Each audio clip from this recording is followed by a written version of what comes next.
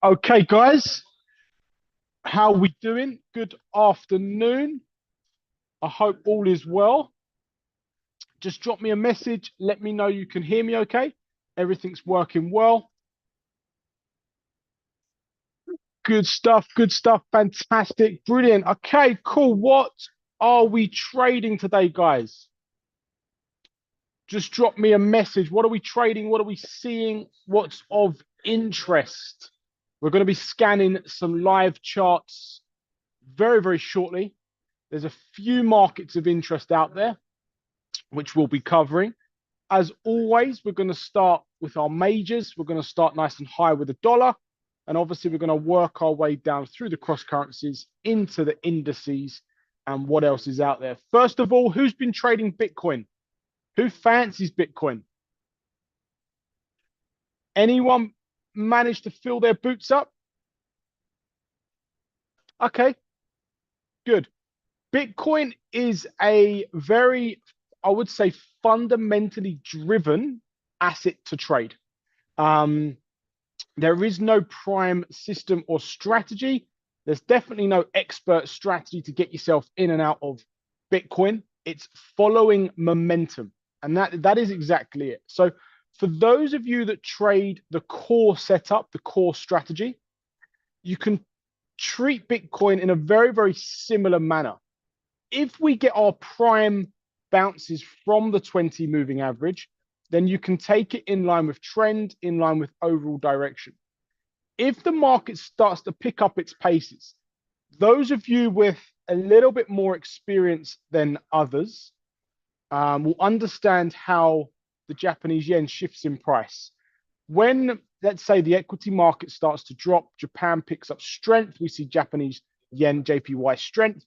It's quite rare that we see nice cyclicity on the smaller time frames.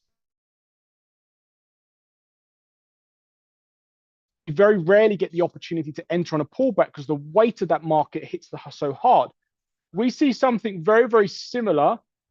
We see something very, very similar when trading Bitcoin.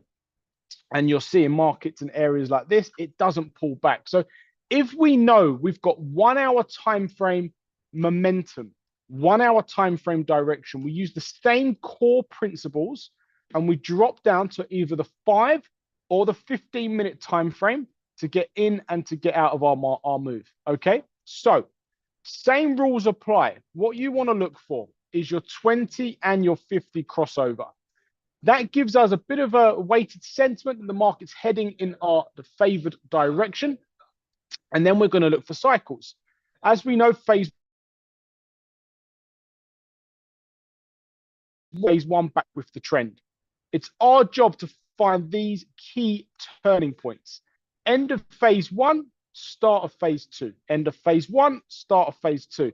So we just want to start to catch these nice, lovely bounces from the 20 moving average. So if your 1 hour time frame is showing clear direction, no technical setup because it's not pulling back to the 20 moving average, then you drop down to the 15-minute and you look for your end of phase two bounces. So interaction with the 20 moving average, big buyer's bar close back above the 20 moving average, solid close, ideally an engulfing candle buy, and then back up we go. Fantastic. And what we want to see is consistent opportunities like this. Does everybody understand? Everybody on here today understand the core strategy, trading in trend? Give me a yes or no, guys.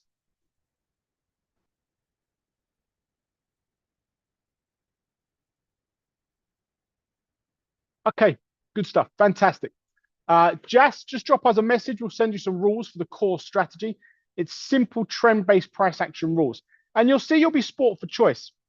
What I'm currently looking for now, and I've been trading a lot of Bitcoin recently, is we want to understand the weight of this pullback. Regardless of the market itself, what we do understand is that the market does not move in a vertical line.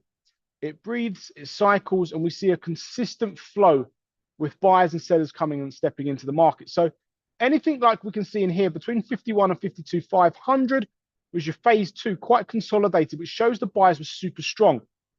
52,500, as you can see here, Price failed to break it 5 times in the space of a couple of days. That gave us our upside breakout area, should we call it, our upper resistance. It's not a hard level, but it's a soft range across this period of time. As soon as we got the bullish engulfing candle, which was the 4 p.m. candle on the 26th, broke out, breaking level, breaking structure, breaking previous highs. That was the push to get onwards and upwards. Now, if you missed this opportunity, let's say you missed this breakout in here, not a problem. Higher time frame showing direction, smaller time frames provide cyclicity. We drop down to the 1 hour chart and you got a bounce in here, textbook bounce in there, and so on. When we get a deeper phase two, so again, price has made a lower high or a lower low in the reverse of trend. That ensures we get back up to the higher time frame to say, is my 4 hour back into phase one? We measure our length of the previous phase. We look at replicating that. We get confirmation phase one on a 4 hours kick started. Then we drop back down to the 1 hour time frame. If we're failing to get these bounces, we say, brilliant. My phase one on a 4 hour, cracking on.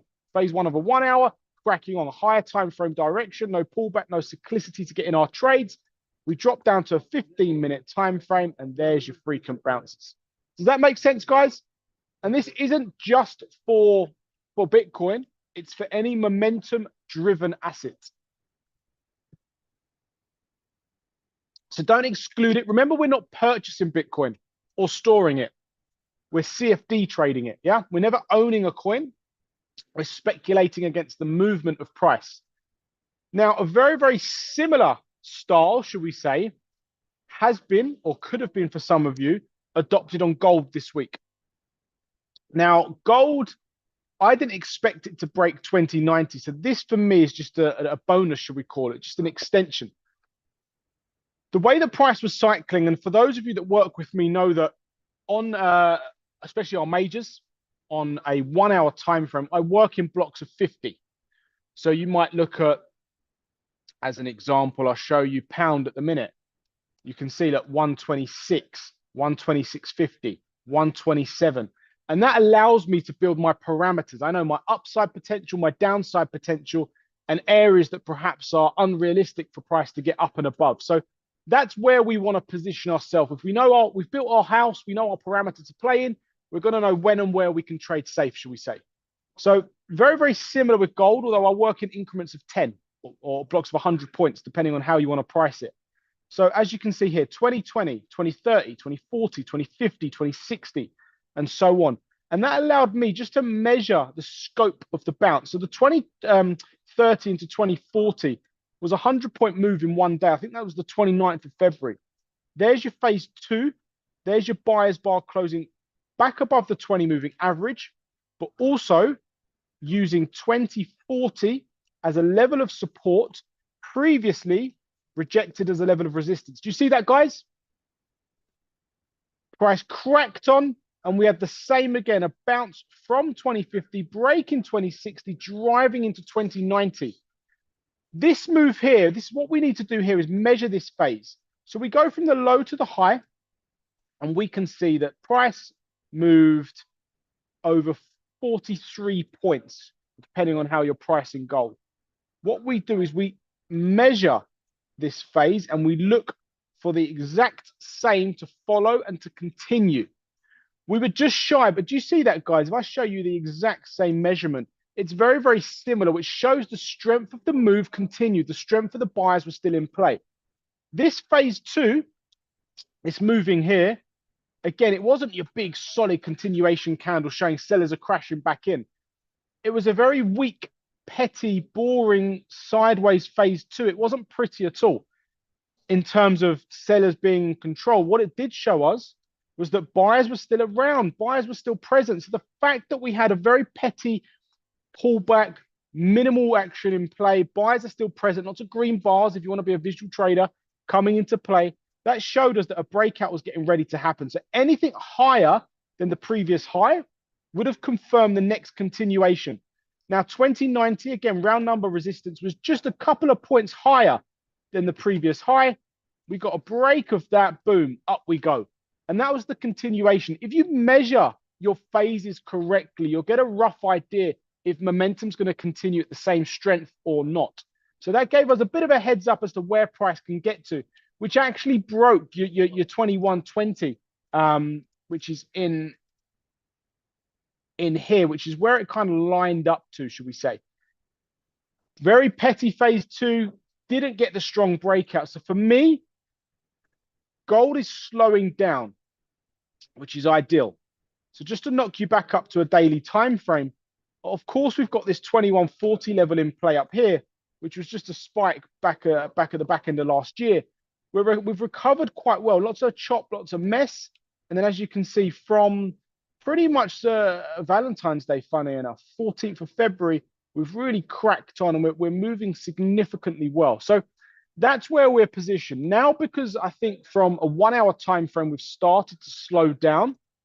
We haven't seen any further buyers confirmation or bullish confirmation candles kicking back in. We've got to start to manage where our phase two can get to. I'm going to keep this 2090 level in play. And I also want you to draw a 2100 level as well. We want to see a 4 hour pullback into here, 2100 or 2090. That will be a deep enough pullback to help us, should we say, manage the next leg higher. Everyone with me? Does that make sense, guys? What we don't want to be doing is jumping on a train that's already left. We do not want to be diving in at the high point of a market, praying that it's going to continue. We know the market moves in cycles and cyclicity, so we just want to continue to get our higher lows formation cracking back on. Higher low, up we go. Higher low, up we go, and continue this move. What I also want you guys to take into consideration is where the dollar is priced. This is a 4 hourly time frame. I'll show you a daily time frame. Dollar isn't in an ideal area. You can see that for quite some time, in fact, all of this here, we've just been choppy and moving in and around an area that isn't really of interest. When price is pegged at 104, it's neither given us the indication that buyers are stepping in or sellers are crashing down. So the levels that I want you to mark on your dollar index, guys, is 104.50. That's 104.50 and 103.50. You got a 100 pip range. All the time, dollar index is playing within that 100-point range. We ignore it. It's not of interest. Yeah. When we break out above 104.50, it sparks a level of interest. Okay. And then we say, right, buyers are back in control. My personal preference is to see dollar buying. Dollar buys to step back in. That's my personal preference. It's what I want to see and what I think will happen. However, if we break below 103.50, buying ideas are off the cards and we adapt and start to think about short-term dollar weakness. Now, we may not want to trade dollar weakness immediately, but it will give us the heads up to go back and buy perhaps Bitcoin, back and buy gold dollar, back and buy oil dollar, because we understand that weak currency at present is your dollar. So that will only be if price breaks below 103.50. Does that make sense, guys? You with me there? We got these levels marked out? Yep. Good stuff. Brilliant, brilliant, brilliant, brilliant, brilliant. Fantastic, guys.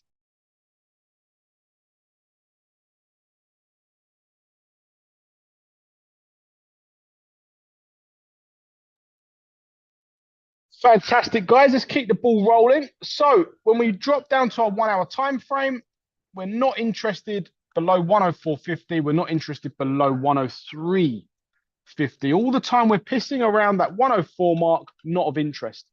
What we're seeing in here is petty buying. The 200 moving average, which is what this green line, this green moving average is calculating the average price of the last 200 1 hour candles. A typical longer term stock investing strategy is so simple enough that it's be a buyer's or bullish stock if price is above the daily 200, or a bearish stock if price is below the daily 200 moving average. Any breaks of the 200 are quite significant for a continuation in momentum. So I'll be monitoring price here. If it breaks the 200, breaks 104, and then we get that continuation up and above 104.50. A softer level of resistance I've got marked is 104.15. As we can see, it's just petty across it. So the reason I've got this marked is it shows that it's going to break the previous high point of last week. So if I break 104, break 104.15, I may look to see what's available for a momentum-based position between 104.15, 104.50. Depending on how strong price action may be, will depend on whether we close that trade knowing that 104.50 is a stalling point, or we continue on the breakout up and above 104.50, looking for that longer term continuation. So that really depends on where price is positioned. So on the flip side, dollar index is the dollar measured against a basket of foreign currencies, but over 50% weighted towards the euro dollar. So dollar index, euro dollar is a mirror image. I'll show you. Dollar index, again, couple of cycles up, bit of mess. A mirror image, flip that chart upside down, will be a couple of cycles down, bit of mess. So dollar index, euro dollar, mirror image. I personally prefer shorting markets. Markets falls a hell of a lot quicker than it rises, given the old-fashioned saying that the bulls climb the stairs and the bears jump out the window. So if I notice and I see dollar strength, dollar strong in play, I know the weight of the market is going to be easier to catch on the way down, which would be my next point of call, shorting euro dollar. Where are we positioned with euro dollar? Well, 10800 has got to be that breakout level. As you can see, price has failed to break it previously. So 10800, price below 10800 would be my opportunities to start shorting this market and to confirm dollar strength. So that's where I want to be a short in this market. 10900, which is in here, again, would be my upside. I need price above, but you can see that price isn't familiar with this area. So we've pretty much got a shorter range, about a 50-point range of interest where Euro's been playing between. So anything between 108.50 and 10900, strong buyers, bullish momentum will be ideal for continuation of buying. 109.20's yearly pivot, we've got to take that into consideration as well. So a big stalling point. So that would be my intraday target for now until we break above. So that being said, you don't want to wait for breaks of 10900 to target 109.20. You limit your reward quite thin. What we do want to see is breaks of 108.50 into 10900 and continuing driving higher. That would obviously be in the scenario that dollar's weak. So if dollar breaks below 103.50 in here, then you've got that euro long opportunity. What we want is dollar above 104.50, and then we'll start shorting when euro dollar's below 10800. Does that make sense, guys? You with me? Good, love it, well done. Pound. And we'll cover our majors because nothing's really kicking off just yet. We'll cover the majors first, and then we'll go through and see what other opportunities are out there. Okay, pound dollar. As I showed you, especially this week, as you can see, on all majors, I work in blocks of 50, 126, 126.50, 127. For my intraday trading, which is short, sharp, smash and grab, in and out, look for momentum, move on, working in blocks of 50 works significantly well. So you can see we had a failure to break 126, strong burst of excitement. I mean, this individual hourly candle was 56 pips, which is huge in comparison to the range of highs and lows between the last lot. Breaks of 126.50, we just peaked above, pull back, retest, buyers bullish engulfing candle off of 126.50, strong drive into 127. They're the types of trades we like taking. You've also got MA cross, just confirming that bit of a push, that bit of momentum's leading in. Price then pulled back. We got the bounce, but the higher time frame dragged price lower, which tells me we're in a 4-hour phase two. So looking at this, you can see strong drive, pull back. We just want price to build a base and push back on. What I'd like to see here with pound dollar, and what I think we'll see is we're going to see a double top formation. So one further rejection from 127 before the push lower. It really depends on what style of trader you are. Whether you sell here, knowing your downside potential is 25.50 or 26 if we're looking at this week. So that's what we're looking at in terms of parameters to play between. If we want to look to be short this market, we need to break the previous area that failed to break. So 126 and then 125.50 and down we go. So I think, and again, this is what I think we'll see. Another rejection, double top formation of 127, flush out the buyers, bring back the sellers, back price goes. So 4-hour isn't going to be the prettiest chart to trade. However, if we do start to see that move lower and we start to see some cyclicity, it might open up. And this really depends on how strong the dollar is and how strong the dollar may be. Does that make sense, guys? So opportunity there for sure. Aussie, and again, this is obviously favoring your dollar strength. Aussie's in a bit of a position where there's a lot of stalling points, but breaking 65 today was a key area. We want this pull back into 65, and I posted this to all of the community this morning. Crossover, first pullback. So it's your first opportunity to get in on a cycle after breaking structure, breaking trend. We want lower high formation, kick back in, down we go. And that leg lower almost looks prominent, looking at how price action's teeing up. So that's my bias, and Kiwi's just a bit flat in comparison to where we are, but I want breaks of 60-60 to be short Kiwi. So all the time we're flat, we're ranging. It's nothing too exciting. We don't have to dive in. We don't have to push the boat out or overdo it. As we always say, if you're a trader, you're a risk manager, not a risk taker. And preservation of capital is always rule number one. So if the market's not clear, and for very, very new beginners, I always suggest if you're looking at a chart for longer than 30 seconds and cannot decide the overall direction the market's heading in, take a step back, move on. Don't rush it, don't overdo it. For those of you that understand price action, context, market structure, then break down, calculate your highs and lows and work out where price can head into. But for Kiwi, breaks of 66, opens the doors up for some safer selling positions, shall we say. Dollar CAD, I didn't expect to see the move we're seeing, to be honest. We're getting some sort of weakness, CAD weakness in play. Price above 135 was always the area to want to be a buyer. Yes, we're above 135, but if you look and break down price action, that isn't strong buyers. So for me, we want cyclicity now. So I always work out the closest level, which ties in with a round number. So this being 136.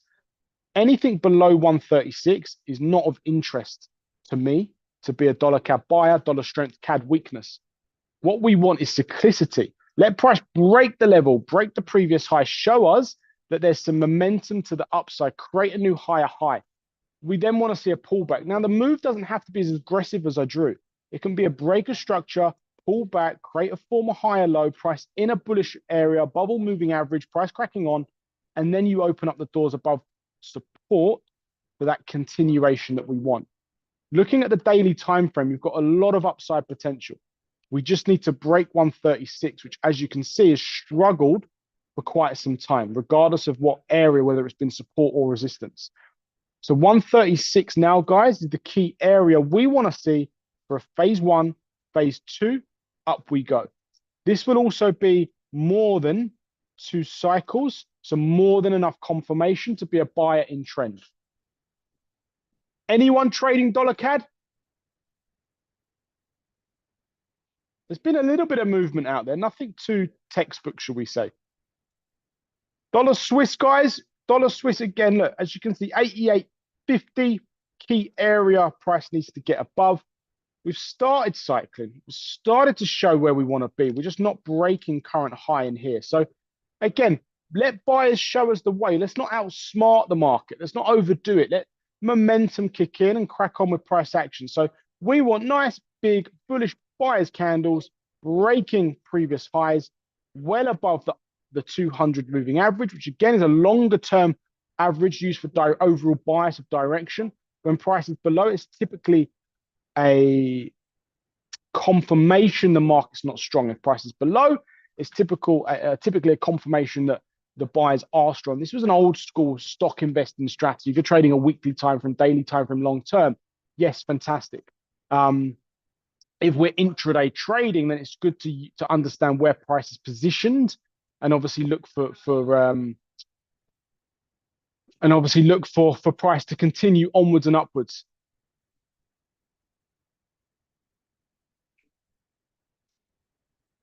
Bear with me one moment, guys. Aussie dollar long at the minute. Okay, well, we just looked at Aussie dollar.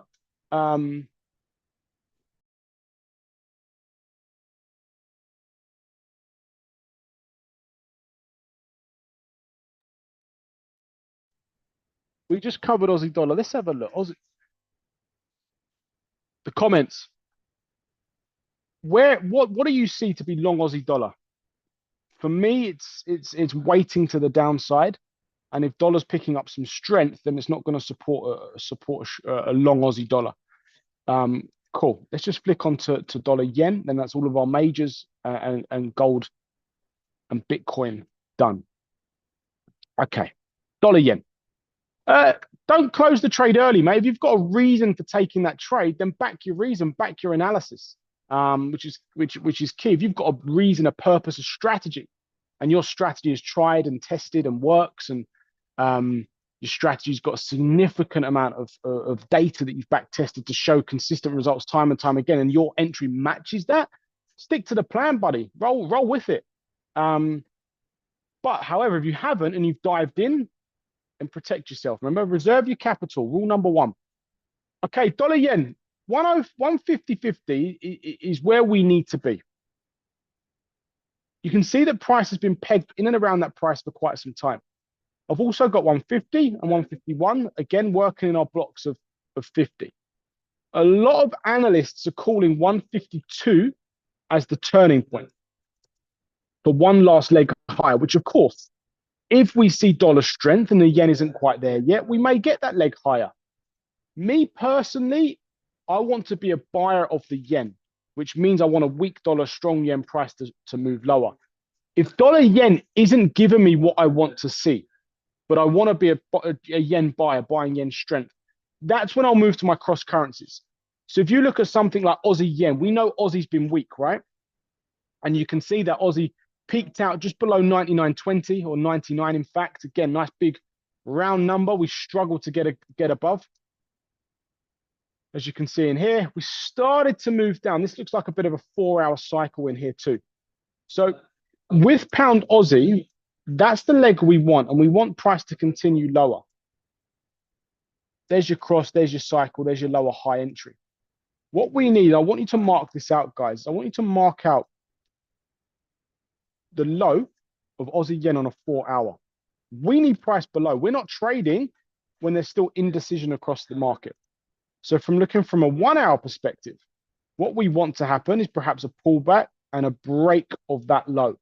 Here we can enter momentum based, or if you're more disciplined, you can wait for the next lower high leg, and that will obviously be 2 cycles to confirm trend. Okay, so that's where you can position yourself. Yen strength, and that will be using one weak currency against one strong currency. Weak versus strong. Okay, good stuff. If we look at some of the other yen crosses, euro yen, not quite there yet. So my bias to be a yen buyer isn't going to be favored on euro yen. CAD yen, okay, let's have a look. What do we see? Yes, we had that break of about 112. 4 hours only just starting to cycle. As you can see, this is a bit too messy. So again, what we're going to do, guys, we're going to work out a nice area to break, being the 4-hour low. And when our 1-hour time frame breaks the low, and look, you've just had a 1-hour 2050 cross. This isn't quite the phase 2 that we want, but if we get a bit of momentum, we could take action, or definitely take action on the burst of the previous low. That's allowing us to target. And of course, before we enter and before we analyze price action and making sure price actions align, we have to go back into our major currencies and work out what's strong, what's weak, put them together. That's going to give us our burst of excitement. The first trade of the day, my first trade of the day is always that 6:59, 7 a.m. close, first thing in the morning. Prior to that, we've worked out what's strong, what's weak. It's a very visual task, and we take action based on putting the two together. So if we're expecting some yen strength and it starts to come into play, and bearing in mind that could mean that dollar yen just stalls, pisses about, does nothing, because two strong currencies are just going to butt heads. They're not going to get the better of another. So that being said, if that is the case, then what we do is we say yen's picking up some strength. Where's my weak currency? So it could be CAD yen, could be Aussie yen as discussed. Swiss yen. Swiss yen's looking like a bit of weight to the downside. But again, we're not going to dive in. That's obviously going to be the 4-hour low. Breaks of that, and we open up the doors to all of these shorts. That's Swiss yen short. Kiwi yen, very, very similar position to Aussie yen. I would rather take out the 4-hour low before diving in. So just get in this area here. Bearing in mind, we've got a lot of news out this week.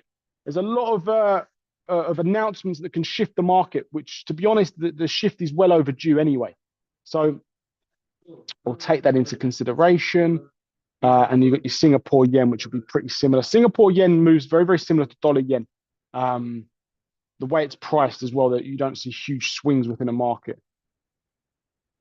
Cool. Good stuff. Back to the yens. Any questions regarding the yens? We should all have Japanese yen on our watch list, guys. All of us should have it.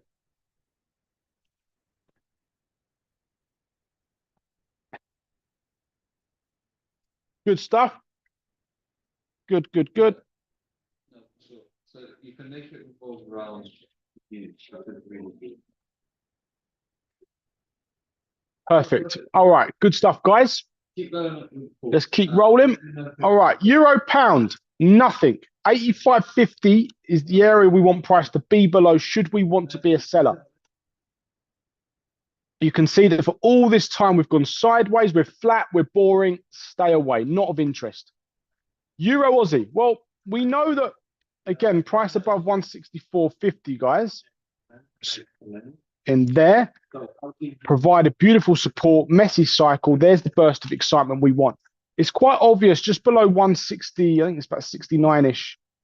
There we are, 169. You've got all of this mess in here. So we could even whack a messy level across the highs, knowing that when we approach this area, we could be coming into some sort of obstacle. That being said, it's still over 115 points away. Drop down to the 4-hour time frame. There's the cyclicity. Remember, there's your cross. Phase 1, phase 2, bounce. Phase 1, phase 2, bounce. When we're in this position here, this is important, guys. That phase 1 in there, your daily is in phase 1. Your 4 hours in phase 1. That then gives you the license to drop down to the 1-hour time frame, which provides more bars, more cycles, more opportunities. When I'm looking at taking my textbook trades, there's your cross, there's your bounce, up we go. When the 1-hour time frame is in phase 1, not pulling back, in line with a 4-hour, in line with a daily, you drop to the 15-minute chart, and there you look for your multiple bounces in trend, okay? So that will be where we look for 1, 2, 3, 4, 5, up we go. All we're doing is following momentum in line with higher time frame direction, higher time frame trend. Simple as it is. So that being said, where we're positioned with Euro Aussie at the minute, you can see we come back into this 167 level. Stick to these round numbers, guys. It just makes sense. And price is just looking like it's showing us a potential bounce. Now, Euro needs to remain strong here. Aussie needs to remain weak to see some sort of push. The fact the last couple of hours have been tiny, petty, boring bars, ignore it. The momentum isn't there. We want to trade momentum because that's going to give us that burst of excitement, that smash and grab, in and out, up we go. We don't want to sit in any dormant markets. To calculate what markets are strong, what markets are weak, we have to analyze the majors, visual task. What is the biggest mover against the dollar? Remember, the dollar's our king currency, the amount of weight, volume, and money put through the dollar each day, it holds some significance in the market. So if you're scanning your majors and the Aussie, you look at Aussie dollar and Aussie's so weak, it's moving down against the dollar. That's a standout point, which you need to explore more.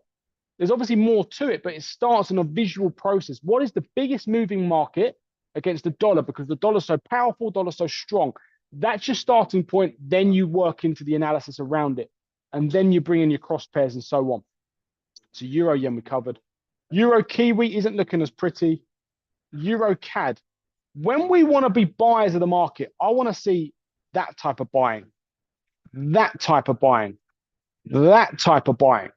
What we're seeing now on Euro CAD is petty, boring, weak, sideways. It's not exciting. So again, if I want to go where the money is my money in bars like this and like that, or is my money in bars that are just choppy, sideways, tons of wicks, tons of spikes, showing the constant fight between buyers and sellers? So for that reason, we don't get involved. We sit tight. CAD yen we can monitor. CAD yen we discussed, we spoke about. I like the current hourly candle. Yes, we want price to break the 4-hour low. You've got about 30 odd points in there. So look, you could get a 1-to-1 if you're risking 15 to gain 15, risking 20 to gain 20 minimum. There could be a 1-to-1 in there, but your safer option is breaks at that 4-hour low to confirm a continuation in your 4-hour trend. All right? Good stuff. Pound Swiss, flat as a pancake. Pound yen, we know our plan with pound yen. Aussie Kiwi, again, we're trapped in this 50-point range between 1.0700 and 1.0650. Not exciting. So what do? We identify that price has previously been in a downtrend. Yes, we've still got a lower low, and we haven't quite taken out the high. Officially, this market's in a no trend. And historically, look what we can see. Heavy sideways move. However, there's about a 300-point range, which is enough to gain some interest to get us involved. The amount of buyers in here tells us we don't want to be shorting this market anymore. The sellers have exhausted. Too many buyers, and we can see that visually by the strong engulfing green candles. Too many buyers are involved. We do not want to sell. So if we now have the bias to want to be a buyer, we can start to work out the position of what we want to see. And to me, it sits nice as a 4-hour core setup long. Because we've got the 200 acting as an obstacle in front, we want to see a 4-hour break. So we're going to keep that 10700 level pegged. Look, we failed to break it previous time. So it's an area of interest. If we get a solid 4-hour break long, and remember, that simply means that Kiwi needs to be weaker than the Aussie, but at current, Aussie's weaker than Kiwi. We can keep that in mind. If we get a break of 10700, that's when we drop down to the smaller time frames and we find our cycles. Something like that would be your first ideal point of call. I don't trade Aussie Kiwi as off just the same as Euro Swiss, cousin currencies and such. But when technicals align, sometimes we have to overcome our bias and just trade what we see. Good stuff, guys. Keep the questions firing in. Aussie CAD. Brilliant, fantastic. Aussie CAD, what do we see? When we're trapped in our range, again, a 50-point range from top to bottom. It's not a lot, it's not enough. We can work out where we're positioned, though. And if we put a quarter level in at 88.25, this is something I've had my eye on today for an intraday move short. It's not pretty, but we have to weigh up momentum and reward to risk. So this will be a trade that you jump on a 5 or 15-minute chart to get your best reward to risk. Weighted down, we know Aussie's weak. Pull back into 88.25 in line with a rejection from the 20 moving average. We need bearish candlestick price action right now. What I want to do, I want to quickly scan at the Aussie and say, is Aussie weak against the dollar? Okay, currently it is. Dollar CAD. Well, who's weak, who's strong here? Well, dollar CAD's pushing up, shows a weak CAD coming into play. So Aussie CAD, two weak currencies, wouldn't be my prime currency pair to execute immediately. Remember, two weak currencies you think will just fall through the floor. They really don't. They fight each other. We need one heavyweight boxer, one lightweight, and one to get beaten up, one to really, really bully and dominate. That's how we get that quick burst of excitement. If you can really master currency strength and weakness, you will avoid taking trades that are dormant or sitting in markets that are sideways and boring you, because you're catching the market as it's falling or as it's rising. Strong v weak, one currency is getting bashed up, you're taking advantage of that immediately. So Aussie CAD's something for the watch list, but we need CAD to strengthen up, Aussie to remain weak, and that will get us our push lower. Aussie Swiss flat. Aussie yen, Swiss yen we've covered. CAD Swiss again flat. Kiwi yen we've covered. Pound CAD. Okay. The momentum we've seen this morning's really slowed down on pound CAD. That there is textbook. That there is perfect. When your 1 hour's cracking on, 1 hour direction. Again, I'm going to bore you with this until you crack it. 15 minutes, smaller time frame cyclicity. Higher time frames provide direction. Smaller time frames provide execution. Core strategy, bounce off the 20 moving average. Buyer's bar close back above the 20 moving average. Up we go. Onwards and upwards, team. So the fact that price has really stalled and really slowed down, it doesn't really appeal, doesn't really stand out for us to want to get involved. However, there has been some great momentum there. Pound Aussie, we got 195 in play. God, drew that 0.1 of a pip off. This interaction here is what's going to be of interest for us. Do we break and bounce it? Sorry, do we break below it and call off all shorts? Or do we get another leg higher on the bounce above? What we can see chart-wise, and again, this is your longer term phase one, phase two, double bottom, back up we go. Textbook price action appears constantly on Pound Aussie. It's an easy chart to trade. What we want to make sure is that the confirmation of bullish sentiment remains high. So the fact we failed to break 195, and 195 is a historical level for Pound Aussie. Then we broke it, continuation candle, the phase two was due. We're just waiting to see what happens next. And remember, Pound needs to be beating the dollar up, and Aussie needs to be weaker against the dollar for us to get any type of burst of excitement, any type of direction. Pound Kiwi could be the better option. Pound Kiwi, again, we're sitting tight, although we're screaming out for a 4 hour pullback. As we know, the market never rises in a vertical line, it breathes, it cycles. So what we're seeing now is an exhaustion on a 4 hour time frame. Bearish candlestick, failed to break previous high stepping in, although the current candle hasn't closed. Your preferred entry would be a pullback into the 20 moving average, big bullish engulfing candle, and back up, upwards and onwards we go. That would be what we really want to see. Kiwi CAD, again, not much out there. Kiwi Swiss, not much out there. And then our indices. So just to break down our indices for you.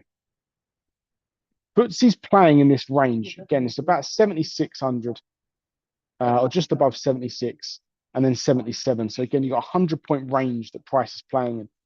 We broke the low. So yes, that technically is a lower low, although it's very, very similar in price. And then we got the bounce back from the shorts. I think we'll start to see indices pick up across the board. That's European, US, Asian. I think we're primed now for this push onwards and upwards. So we've got to start to work out what we want to see. And the first point of call for FTSE is a break of the high. So we've got a higher high in place. So something like that would be ideal. And I'd also like it above the 200 moving average, just to give us that extra additional level of confidence that we want to see. So again, it's all about cyclicity. You're not getting to the market first, but you're getting into the market when the market's confirmed its direction. And that's by far safer, especially for the majority of you that are new to trading. You do not need to outsmart the market. You do not need to put yourself in a position where you're trying to get in at the lowest point to buy, trying to get in at the highest point to close your trade. What you want to do as a new trader is, first of all, confirm you're trading in line with trend, trading in line with the largest, biggest banks, institutions, hedge funds that are pushing the market in that direction. That ensures that you're trading and you're on the same team, shall we say. You're swimming with the tide, you're going with the flow. Then you want to get to a position where you're winning a minimum of 7 trades out of 10. And by doing so, you're accepting losing 3 trades. You put your hands up and say, I'm willing to lose 3 trades out of 10. That removes some of the emotions that surrounds live trading and your emotions that when you're in a position and managing your position. When you get to that position, then you can start to worry about bettering your strategy, bringing in more asset classes and everything else. But for now, trade in line with a higher time frame direction to let the market show you the way first. How we do that is by allowing the market to cycle. So one cycle consists of a phase one, phase two. That leads the way. It shows us where we're going. The second cycle, a higher high, higher low, confirms trend.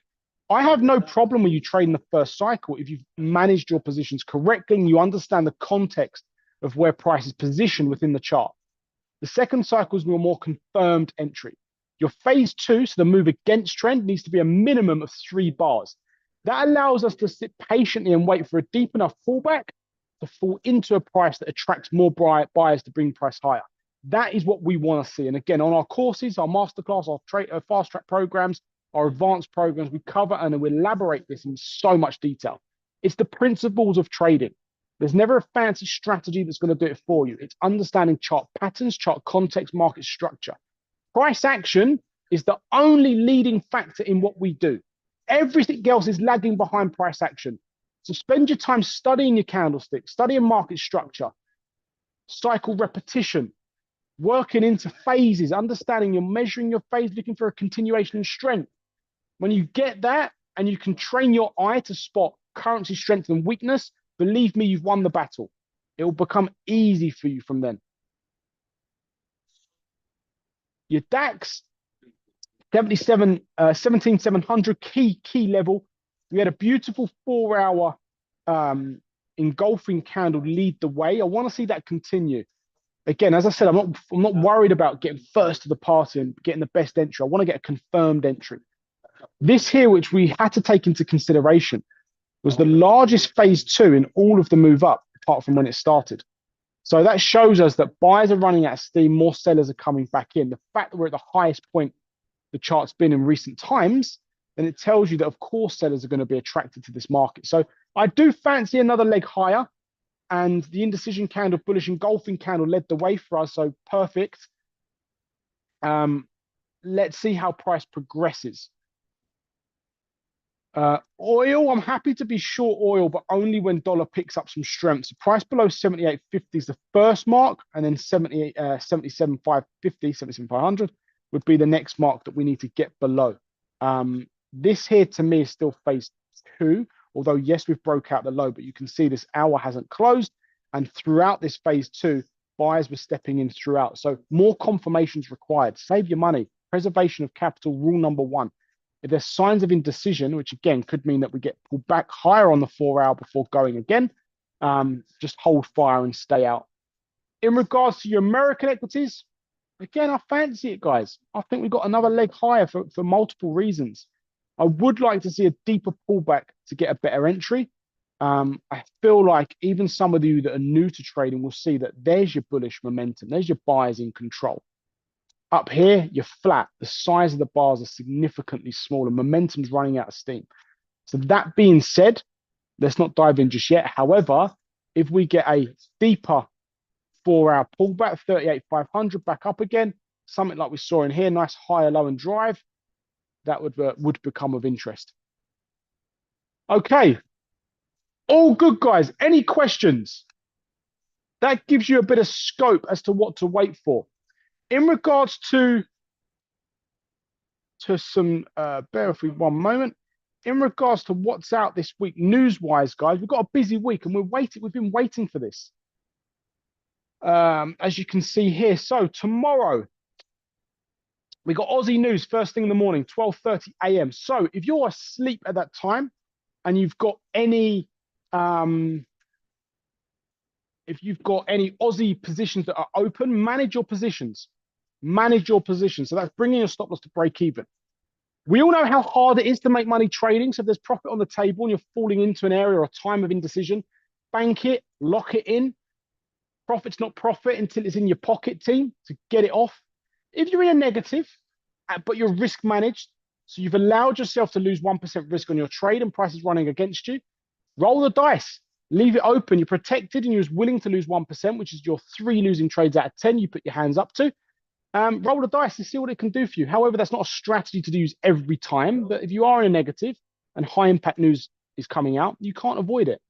So we take it in our stride.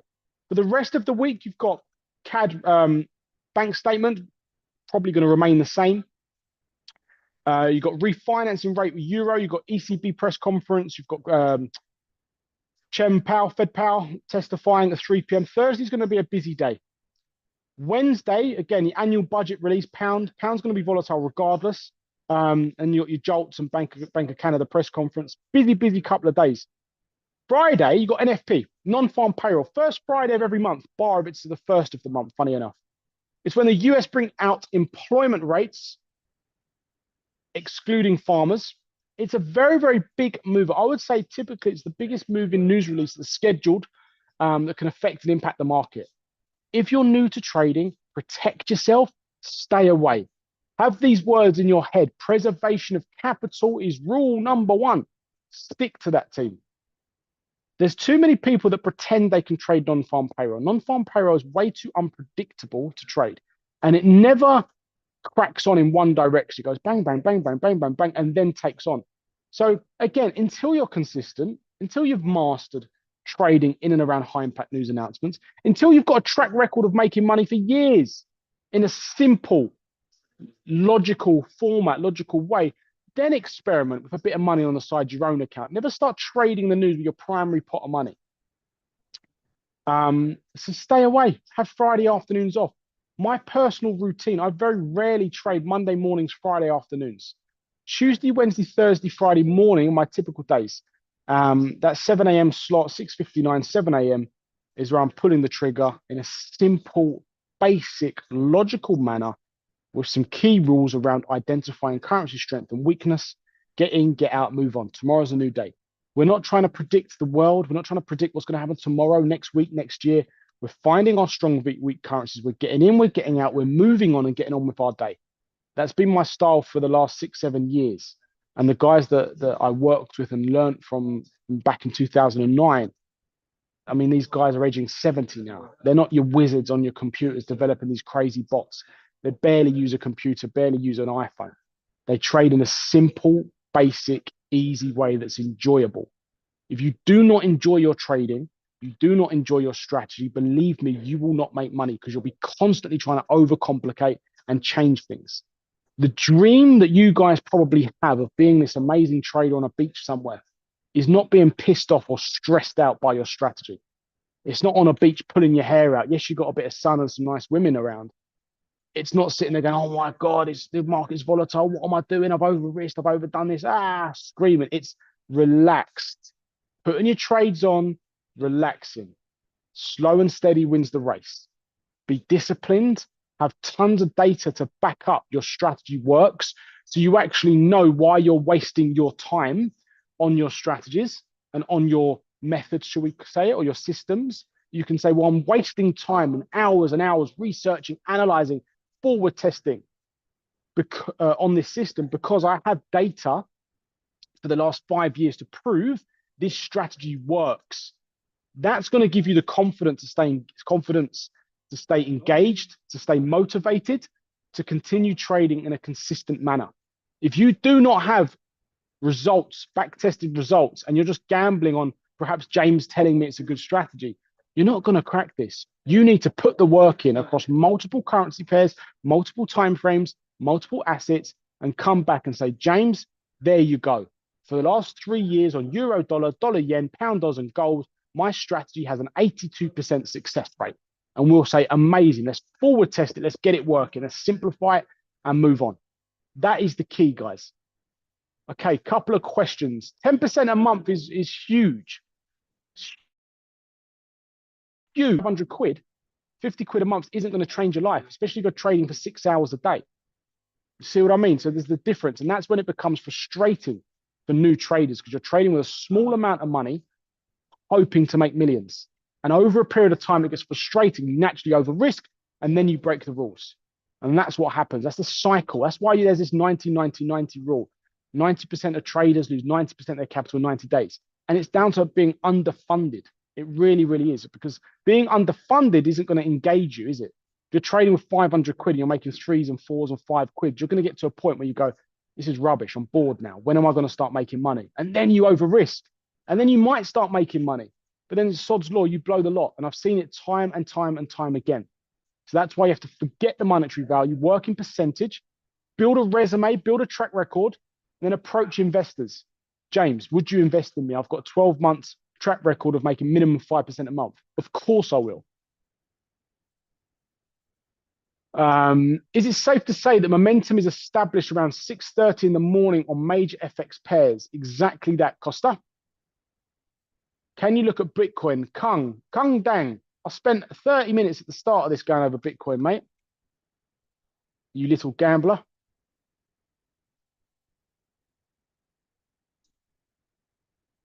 Okay. Cool. Good stuff. Good. One more Bitcoin scope just for Kung. So it's momentum driven, my buddy. What we're looking at is a core setup teeing up. And this is why I said to you, let the markets lead the way. You don't enter directly on there when we're due this deeper pullback. Even that bar, we let momentum take on. And we're only just seeing that just as the Americans start to come into place. There's obviously some drive coming into this market here. So I like this for longs, and I will continue trading Bitcoin long. My preferred entries when trading Bitcoin are on the 15-minute time frame. And that's when we get areas like this, where the market's showing us direction. It's momentum driven. You're not getting a textbook entry here. You're not getting the most perfect entry trading Bitcoin. Bitcoin has a mind and world of its own. It's a crazy asset to trade. So all you're looking for is the 1 hour to lead the way, showing direction in line with higher time frame direction. So everything's aligned for this push forward. We drop down to a 5 or 15-minute time frame, and you're looking for bullish price action to reject the 20 moving average when everything is aligned. Now, even some of you on this call that are completely new to trading will understand what I'm drawing here. Cycle, bounce, cycle, bounce, cycle, bounce. And you continue to do that. You get in front, you bring your stop loss to break even. When you're about 0.5% in front from your original position, bang, you cannot lose on this trade. Your stop loss is at break even. And then you move forward and you continue trading cyclicity until you see something like a double top or inverse head and shoulders, a break of cyclicity, break of higher, low pattern. Then you go back up to the higher time frame and you measure how deep the higher time frame pullback is. When the higher time frames start to build its base again, you say, brilliant, higher time frame direction, smaller time frame cycles, we get in, we get out, we follow momentum. And that is the plan. I like what I'm seeing here, by the way, on Bitcoin. I'll be monitoring this for longs today. Lower risk because of how high we're positioned, but we can scale into the move if it does pick up and progress. Amazing. Thanks for the great feedback, team. We'll be doing a lot more of these across streaming, across YouTube and TikTok and Instagram and everything else. So stay tuned, guys. It won't always be your Tuesday 12 o'clock. It will be here, there, and everywhere. If you are new, please reach out. You can obviously go to the website, financialmarketsonline.com. Message us on Instagram at Financial Markets Online or Telegram or WhatsApp. If you're on YouTube, the team have put a WhatsApp link to contact us. We're here to help, guys. Look forward to seeing and meeting as many of you as possible. Come to our events, come and spend time on the trading floors, and let's have some fun. Let's make some money. Good stuff, guys. See you all soon. Take care. All the best. Bye-bye.